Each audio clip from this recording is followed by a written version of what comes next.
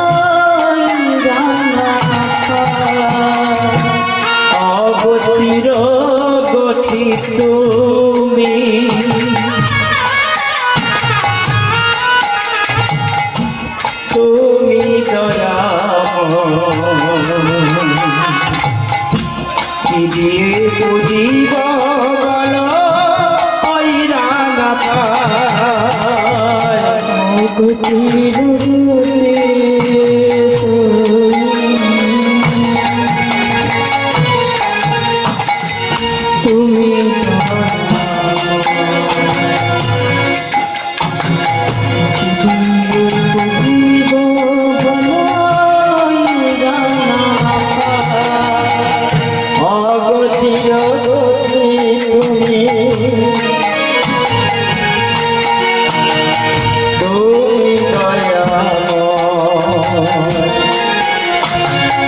কি দিয়ে বুঝিব বলো অদুতি চরণ শ্রী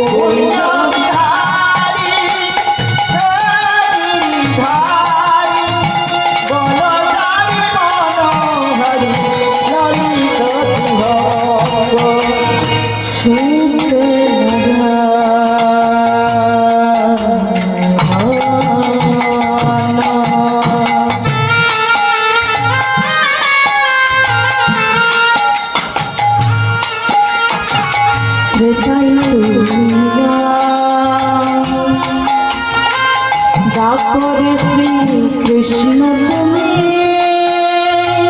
নব সত্যে নারায়ণ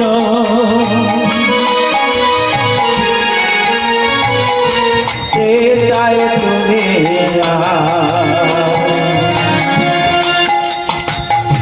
তারপরে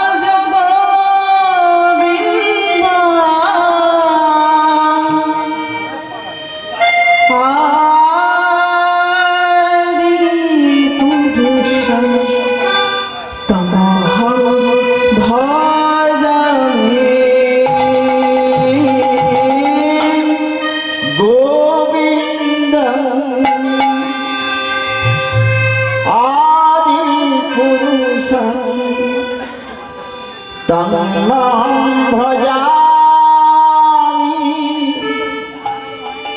गोविन्दम्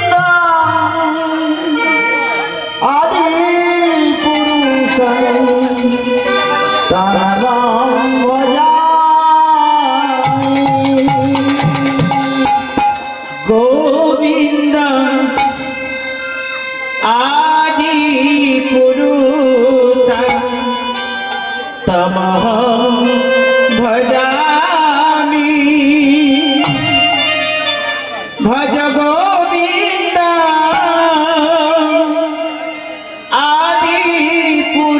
आदिपुरुषं तमहं भजामि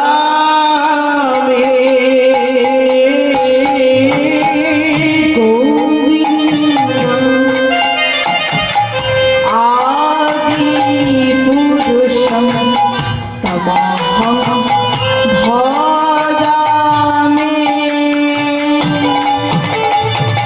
गोविन्दम् आदिपुरुषं तमहं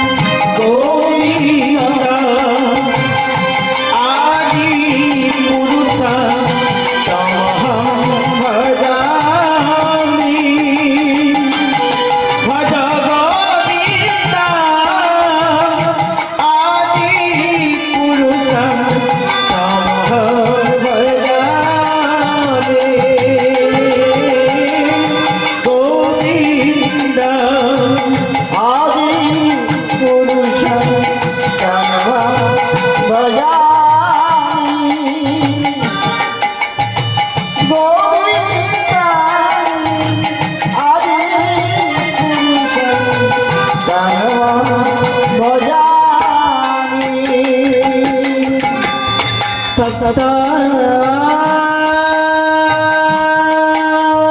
কাঞ্চন গৌরাঙ্গিনী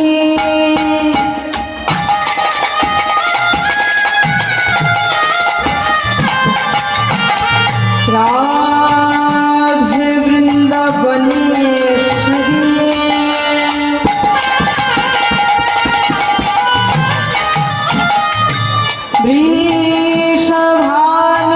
বৃষভানুসুতাং দেবী নমামি হরি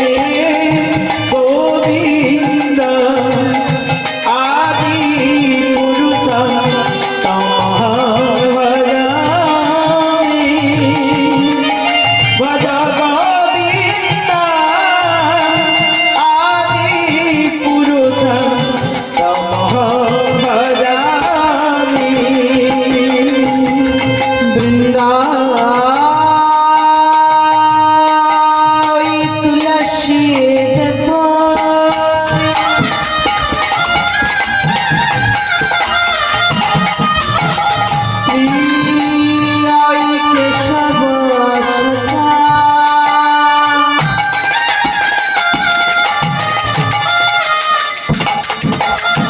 কৃষ্ণ ভগতে পদে দেবী সত্যবতে নমো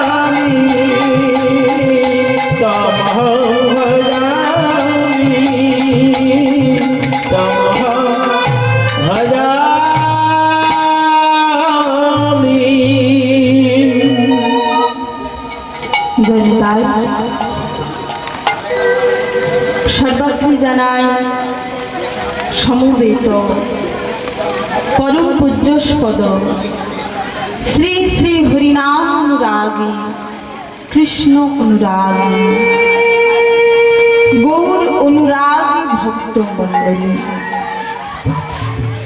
ও আমার আদ্যা শক্তি স্বরূপিণী সকল মাতৃবর্গের যুগল রাঙচরণে জানাই এই জ্ঞান শূন্য ভক্তি শূন্য তোমার কোটি কোটি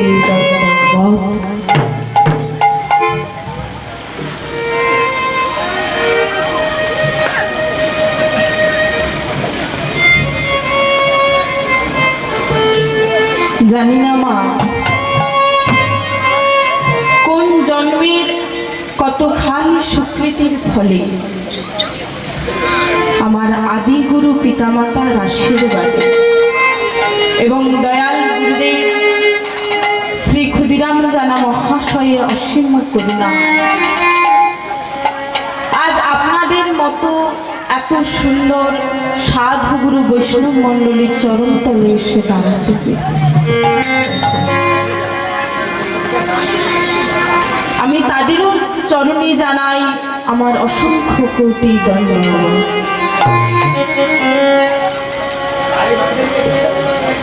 আজ এই মহতী হরিবাসরে আমরা সবাই মিলে এক স্থানে এক আসনে উপনীত হয়েছি কিছু গৌর কথা, কৃষ্ণ কথা, হরি কথা, ভাগবতীয় কথা রসামৃত আস্বাদনের নিমিত্তে। কিন্তু মা আমার মতো জ্ঞান শূন্য, ভক্তি শূন্য অধমা হয়ে গৌর গোবিন্দের নাম বর্ণনা করা আমার পক্ষে কখনোই সম্ভব নয়। না জানি শাস্ত্র কথা, না জানি ভাগবতীয় কথা, না জানি গৌর কথা। তথাপিও আজ এই স্থানে এসে দাঁড়িয়েছি শুধুমাত্র আপনাদের চরণ ধুলার আশা। কারণ ভগবান আমার নিজ বদনে বলেছেন, আমা হইতে আমার নাম বড়, নাম হইতে আমার ভক্ত বড়, আর ভক্ত হইতে ভক্তের চরণ ধুলা বড়। হরি হরি বল। মহাপ্রভু নিজ বদনে বলেছেন, আমা হইতে আমার নাম বড়, আর নাম হইতে আমার ভক্ত বড়। ওমা নিজেকে উপরে রাখেনি, নিজেকে সব থেকে নিচু জায়গায় রেখেছে। আর উচ্চ পদ কাদের দিয়েছে? আমাদের মতো কলিহত জীবকে।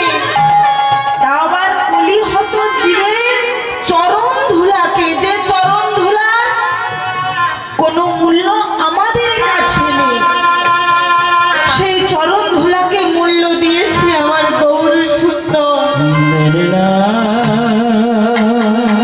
আমাদের মতো কলিহত জীবকে উদ্ধার করবার জন্য তিনি আমাদের চরণ ধুলায় গড়াগড়ি দিয়েছে। শুধু কিসের জন্য? যাতে আমরা বদন ভরে হরি নাম বলি। তাই আপনাদের চরণে মিনতি জানাই মা, আপনারা আপনাদের চরণ ধুলির যৎকিঞ্চির অংশ এই অধমার মস্তকে দিয়ে আশীর্বাদ করুন, যাতে আপনাদের কৃপায় শক্তিশালী হয়ে, আপনাদের কৃপায় বলবান এই হরিবাসরে দাঁড়িয়ে কিছু বলতে পারি। কারণ যে নাম আস্বাদনের জন্য আমরা একত্রিত হয়েছি, সে নাম আমার নয়, আপনাদের নয়, আমার আপনাদের মতো কোনো সাধারণ মানবের নয়। যে নাম ব্রহ্মা তার চতুর্বদনে বলতে পারে না, যে নাম পঞ্চানন তার পাঁচটি বদনে বলতে পারে না, এমনকি নারদারি ব্যাসদেব যার বর্ণনা দিয়ে অন্ত খুঁজে পান না, সেই শ্রীকৃষ্ণ মহিমা রসামৃত আমার মতো জ্ঞান শূন্য, ভক্তি শূন্য অধমার পক্ষে কখনোই বর্ণনা করা সম্ভব নয়। তাই আপনারা কৃপা করুন, যাতে এই মহতী হরিবাসরে দাঁড়িয়ে আপনাদের কিছু গৌর কথা, কৃষ্ণ কথা বলে আস্বাদন করা। জানি মা, লীলা পরিবেশনের ক্ষেত্রে অনেক ভুল ত্রুটি হবে, অবশ্যই হবে। নিজ গৃহের সন্তান সম মনে করে ক্ষমা করুন। নিতাই গৌর সীতানাথ কৃপানন্দে হরি হরি।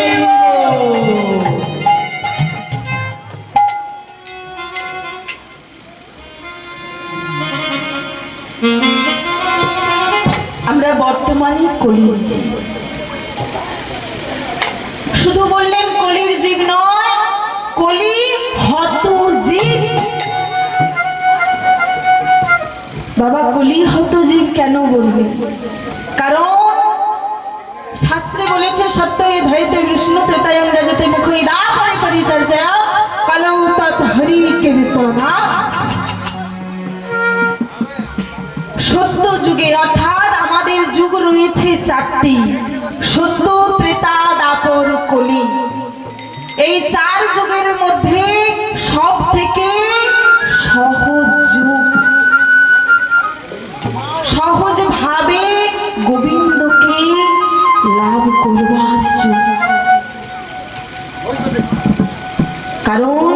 এই যুগে বদন ভরে একবার হরি নাম বললে বলছে সত্য যুগে যদি মানুষকে আমার দয়াময়ের চরণ লাভ করতে হতো, বছর বছর ধরে ধ্যান করতে হতো। তাদের পরমায়ু ছিল 1,00,000 বৎসর। ওই 1,00,000 বৎসর ধরে তারা বছরের পর বছর ধরে গুহার মধ্যে বসে বসে ধ্যান করত। কিন্তু তাদের দয়াময়ের চরণ লাভ করতে পারবে কিনা সেটা জানতো না। তারপর এলো ত্রেতা যুগ। যে ত্রেতা যুগে লক্ষ লক্ষ টাকা খরচ করে যাগ যজ্ঞাদি করতে হয়, তবে দয়াময়ের চরণ লাভ করা যায়। আর ওই লক্ষ লক্ষ টাকা খরচ করে আমরা যাগ যজ্ঞ করতে পারবো না। পারবো? এই কলিযুগে হয়তো সবাই না, কিছু কিছু মানুষ পারবে, কিন্তু বেশিরভাগটাই দেখবে হয়তো দিন আনে দিন। তাদের পক্ষে কি সম্ভব? সম্ভব না। দাপর যুগে বলছে পূজা অর্চনা করো।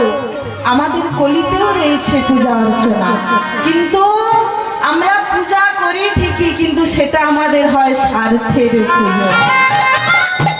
ওমা, হয় না স্বার্থের পুজো? বাজারে গিয়ে সব থেকে কম দামি যে ফলটা আছে সেটা নিয়ে এসো, আর বাজারে গিয়ে কম দামি যে গামছাটা নিয়ে আছে সেটা নিয়ে এসো। যত কিছু কম দাম সব আমার দয়াময়ের জন্য। আর ওই একটু আধটু পূজা অর্চনা করে ভগবান আমার জায়গা দাও, জমি দাও, দোতলা বাড়ি আছে 3তলা করে দাও, 1তলা বাড়ি আছে 2তলা করে দাও, শুধু দাও দাও আর দাও। তাই বলছে ওরে কলির জীব, যদি ভব নদী পারাপার হতে চাও, আশ্রয় করো গুরুচরণ, আশ্রয় করো কৃষ্ণ চরণ, তবেই শেষের দিনে এই ভব নদীটা পারাপার হয়ে যাবে। তাই বলছে শুধুমাত্র হরি নাম করো, মুখে বলো না আর হাতে করো। কোনো সময় বেশি খরচ করে তোমাকে হরিনাম বলতে হবে না। গৃহের কাজ করছো, যা কাজ করছো সেই কাজের মধ্যেও হাতে তো কাজ করছো, মুখে নাম বলতে তো অসুবিধে নেই। এবারে আপনারা বলবেন মা, এ তো সব জায়গায় সবাই বলে, কিন্তু নিজে পালন করে কতটা? বলা একটাই কারণ মা, কারণ আমরা অচৈতন্য জীব চেতন হারিয়ে বসে আছি। আর যাতে আমাদের মধ্যে চেতনা জাগ্রত হয়, তাই এই কলিযুগে এত নামের প্রচার। আজ শাস্ত্রে বলছে 84 লক্ষ জনি করিয়া ভ্রমণ, পেয়েছ সাধের মানব জন্ম, হেলায় হারিও না। আমরা আমাদের আশেপাশে যা কিছু দেখতে পাই, যা কিছু লতা গুল্ম পক্ষী পশু যা কিছু সব জন্মই একদিন আমাদের ছিল। দয়াময়কে বলেছিলাম, দয়াময় এরকম জন্ম দিয়ে কি লাভ, যে জন্ম পেয়ে তোমার নাম বদনে বলতে পারবো না, যে জন্ম পেয়ে তোমার চরণ সেবা করতে পারবো না, যে জন্ম পেয়ে তোমাকে দর্শন করতে পারবো না, সে জন্ম দিয়েছো কেন?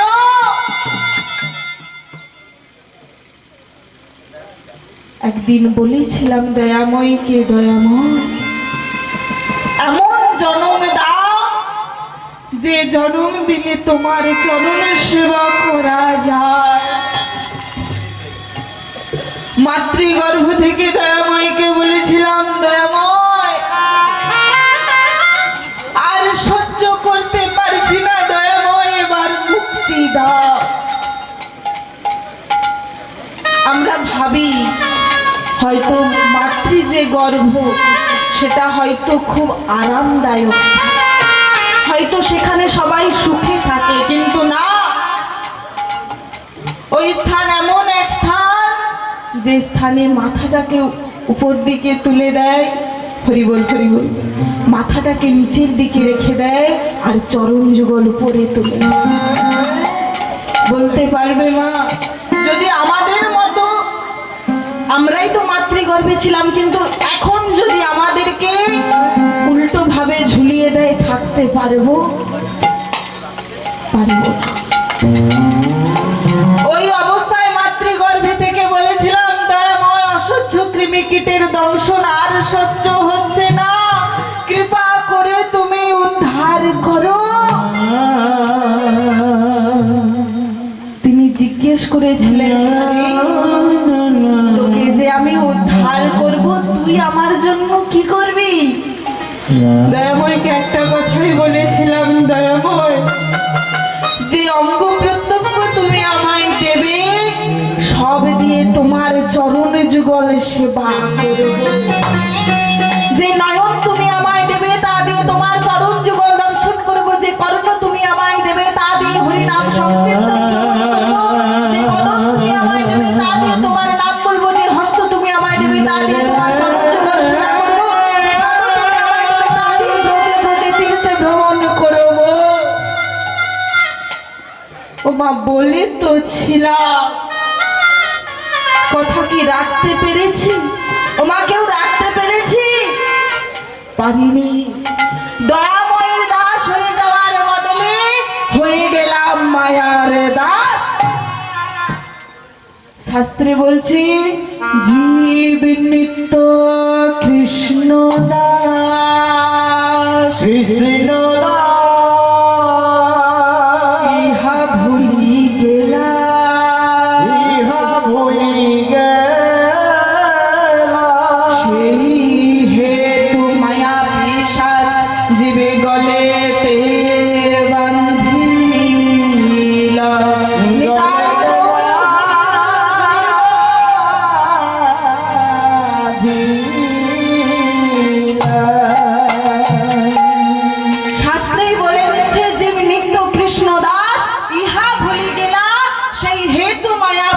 জীব গলেতে বাঁধিলা। জীব নিত্য কৃষ্ণের দাস, কিন্তু আমরা কৃষ্ণের দাস না হয়ে, নিত্য কৃষ্ণের সেবা না করে হয়েছি মায়ার দাস। তাই বলছে, ওরে কলির জীব, সময় পেরিয়ে যায়, বদনে একবার হরি নাম বল। কারণ হরি নাম ছাড়া জীবের নাহি আর গতি, নাহি আর ধর্ম, নাহি আর কর্ম। তাই বদন ভরে সবাই মিলে একবার হরি নাম বল। আমরা সবাই যখন আজকে একত্রিত হয়েছি, যে নামের গুণে একত্রিত হয়েছি, সেই নাম সবাই মিলে আজ একটু বদনে বলবো। ওমা, বলবে তো? নিতাই গৌরী সীতানাথ প্রেমানন্দে হরি হরি। ওমা, আরেকটা কথা বলছি, হাতগুলো ব্যথা করছে না তো? ও করছে না? তাহলে খুব ভালো। দয়াময় আমাদের জন্য সর্বদা তুলে রেখেছে, আমরা একটু তুলতে কষ্ট হবে। ঠিক আছে, আগে আমি গেয়ে নি, তারপরে দেখবো আপনাদের হাতের কত পাওয়ার। জানি তাই। হরে কৃষ্ণ হরে কৃষ্ণ, কৃষ্ণ কৃষ্ণ হরে হরে, হরে রাম হরে রাম, রাম রাম হরে হরে, হরে কৃষ্ণ কৃষ্ণ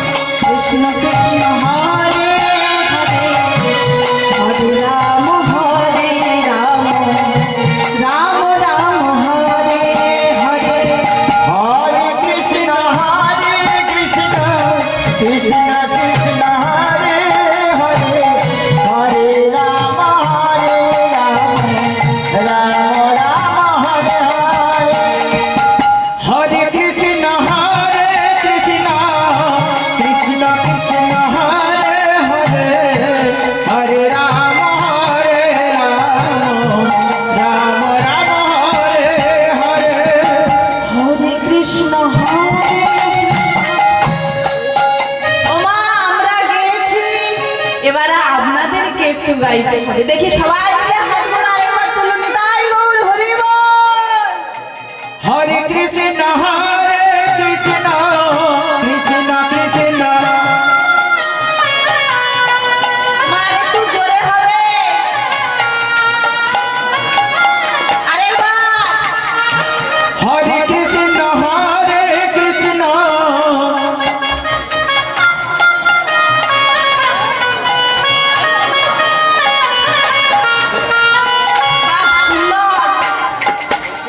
হরে কৃষ্ণ হরে কৃষ্ণ কৃষ্ণ কৃষ্ণ হরে হরে হরে রাম রাম রাম হরে হরে। হরে কৃষ্ণ হরে কৃষ্ণ কৃষ্ণ কৃষ্ণ হরে হরে হরে রাম রাম হরে কৃষ্ণ হরে কৃষ্ণ কৃষ্ণ কৃষ্ণ হরে হরে হরে রাম রাম রাম হরে। হরে কৃষ্ণ হরে কৃষ্ণ কৃষ্ণ কৃষ্ণ হরে হরে হরে হরে হরে রাম হরে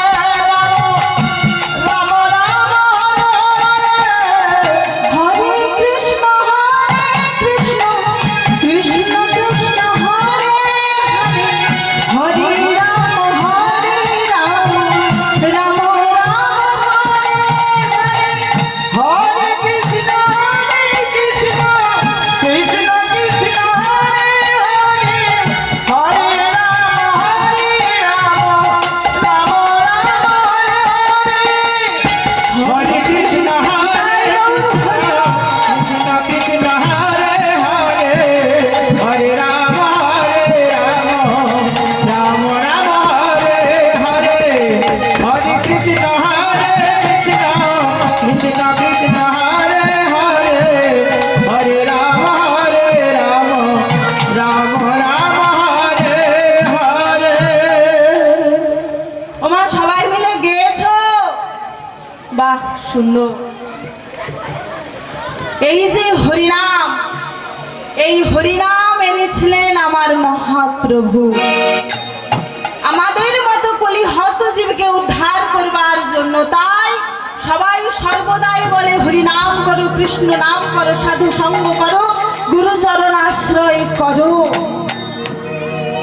ওমা আমরা এক কান দিয়ে শুনি আর এক কান দিয়ে বেরিয়ে যায়। ভগবান দুটো কর্ণ দিয়েছে, একটা বদন দিয়েছে। যদি দুটো বদন দিত আর একটা কর্ণ দিত ভালো হতো, হতো না? তখন ভালো হতো তো, যা ঢুকতো রয়ে যেত। দুটো কর্ণ দিয়েছে, যত বেশি শুনবে তত বেশি বলতে পারবে। কিন্তু আমরা কি? আমরা বলি বেশি, শুনি কম। যা কিছু কথা আমরা আগে বলবো তারপরে শুনবো, কিন্তু সেটা না, আগে শুনতে হবে তবে তুমি বলতে পারবে। নববিধা ভক্তিতে তাই বললেন, নববিধা অর্থাৎ 9টি বিধানের মধ্যে বললেন শ্রবণং কীর্তনং বিষ্ণু শরণং পদশিবং অর্চনং বন্দনং দাস্য সখ্য আত্মনিবেদনম। হরি বল হরি বল।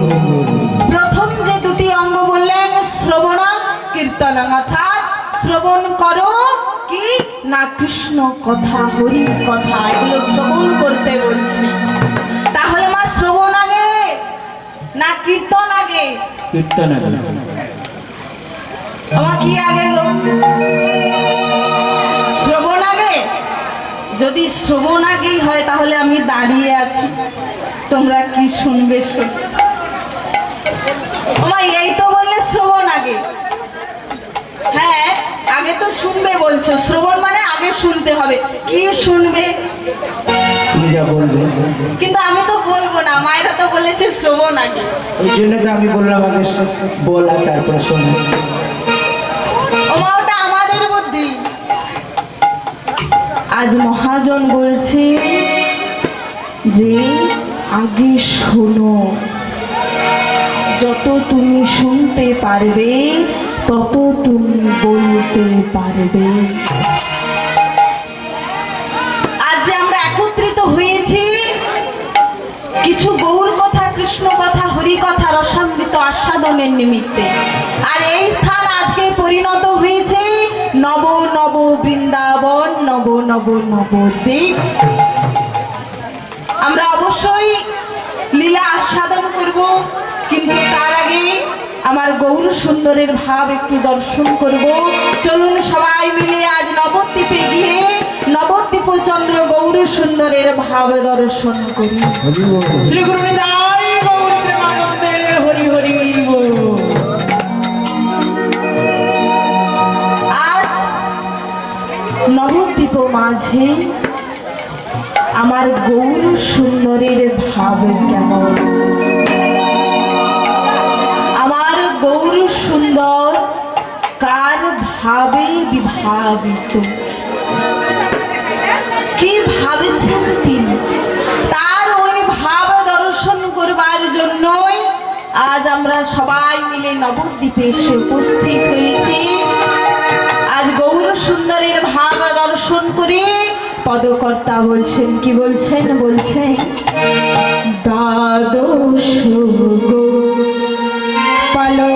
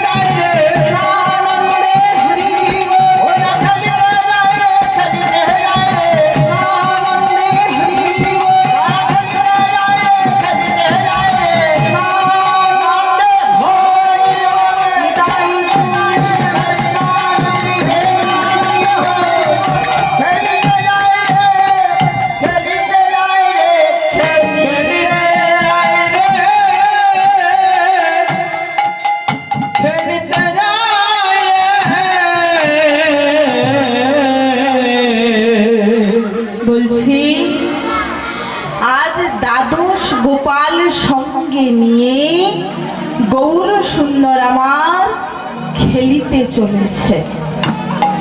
কোথায় না সুরধ্বনির তীরে।